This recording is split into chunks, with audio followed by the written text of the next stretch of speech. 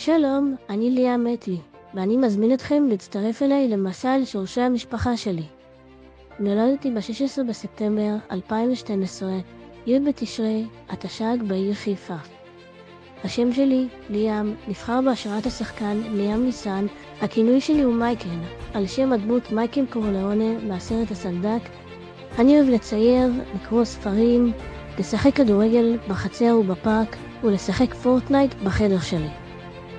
אחת החוויות המרגשות והמשמעותיות בחיי הייתה כשנולדה אחותי הקטנה אמילי. מהרגע הראשון כשהגיעה הביתה היא מילאה את המשפחה שלנו באושר ובשמחה.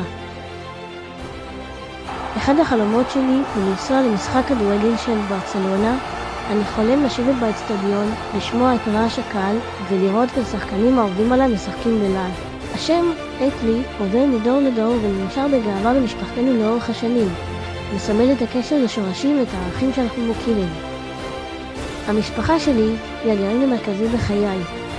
אמא שלי אושרה אוהבת מאוד לבשל ולאפות, ומאכילה מאכלים מסורתיים וטעימים. אבא שלי רמון הוא מעצב ואנימטור מוכשר, ותמיד מלמד אותי דברים חדשים על יצירתיות. יחד עם אחותי אמילי אנחנו נהנים לבלות בסרטים, בארוחות חגיגיות ובטיולים בטבע. הערכים שמובילים אותנו הם כבוד הדדי, שיתוף פעולה ותמיד לעזור אחד לשני. אני גר ברחוב A לידיק בחיפה, שנקרא על שמו של המשורר והמחזאי היהודי החשוב. המקום האהוב עליי בסביבה שלי הוא הפארק, שבו אני משחק כדורגל עם החברים שלי. אני אוהב את הפארק כי הוא הכי שקט, ירוק ומקום מושלם להיפגש עם חברים וליהנות מהטבע. אמא שלי אושרה נולדה באתיופיה למשפחה חמה ואוהבת. בשנת 1983, לאחר מסע ארוך ומלא תלאות דרך סודאן, היא עלתה לישראל יחד עם אמה, שני אחיותיה ושני אחיה.